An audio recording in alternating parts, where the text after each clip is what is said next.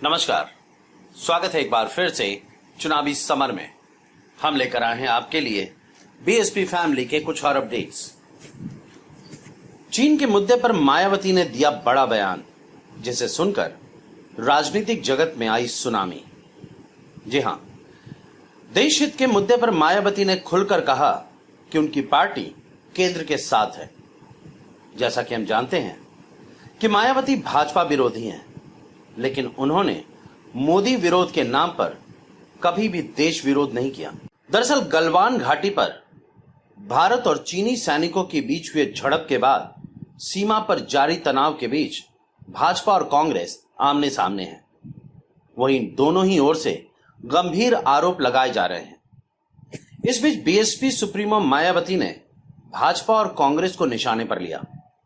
मायावती ने कहा कि चीन का मसला काफी गंभीर है, पर इसके बावजूद देश की दो बड़ी राजनीतिक पार्टियां इस मामले को लेकर राजनीति करने में लगी हुई हैं, जो बिल्कुल गलत है। मायावती ने कहा कि देश में हो रही इस राजनीतिक लड़ाई का फायदा चीन भी उठा सकता है, जिससे देश को और देश की जनता का नुकसान होगा। बसपा सुप्रीमो ने कहा कि यह देश हित का मामला है और देश हित के मामले पर बसपा हमेशा केंद्र के साथ खड़ी रहेगी, चाहे केंद्र में किसी की भी सरकार हो। यानी कि चीन के मुद्दे पर भाजपा और कांग्रेस के बीच जारी आरोप प्रत्यारोप में मायावती भाजपा के साथ है। जाहिर सी बात है कि इस खबर को सुनकर कई लोग जहां चौंक गए,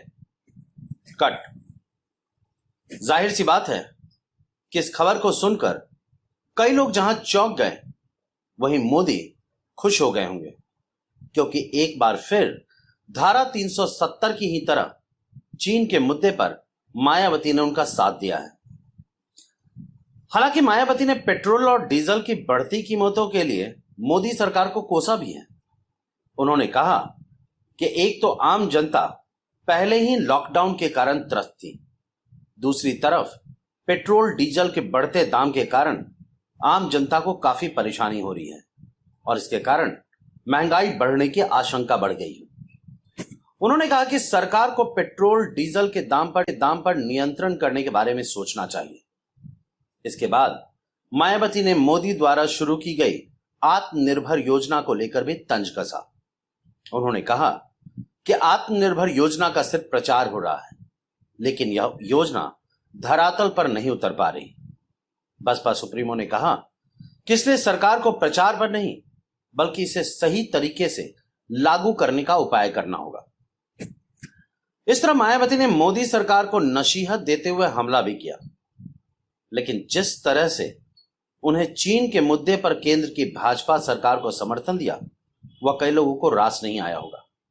लेकिन मायावती ने शुरू से ही देश हित से जुड़े मामलों को राजनीति से दूर रखा है।